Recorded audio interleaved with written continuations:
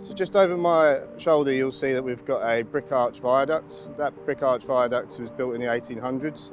Part of the project at SAS13 is to demolish the majority of that brick structure over a 62-hour period and replace it with a brand new bridge. You can see behind me we're right in the corner here of two railway lines. So we've got the SAS lines up here and the Derby lines behind me. There's trains moving and we're using lots of plant that could potentially foul those lines. So we've got people here whose job it is to make sure, like this concrete pump for example, can't foul the SAS lines and the overhead lines up there. And we're really confined, so the front of the caisson cap there is about 2.5 metres from an operational railway. Well, the trial today, what we're doing, it is for the main blockade. We have got 10 hours time frame. In that 10 hours time frame, we need to protect the track, which is basically the Derby lines. This is the main lines to Birmingham. In that time, we are installing 200 mil of ballast protection layer on the top of the railway track. This is purely to allow creating a working area for the SPMT, for the launching of the bridge, to be done safely and not damaging the track.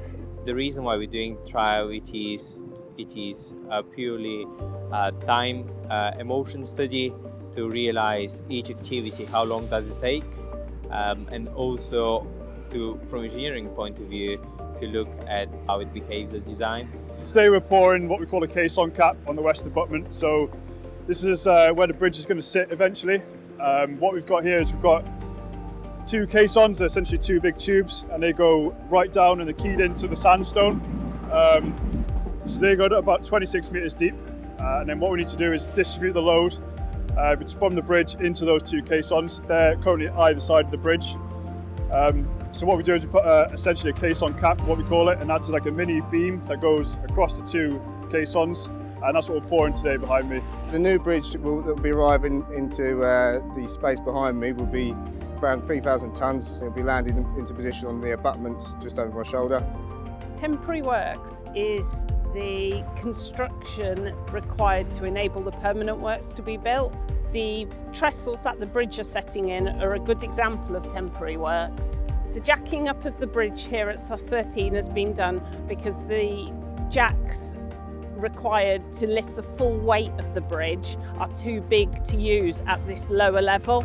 So we've done as much construction that we can at the lower level to reduce working at height, and now we're going to lift the bridge up to the higher level to work from.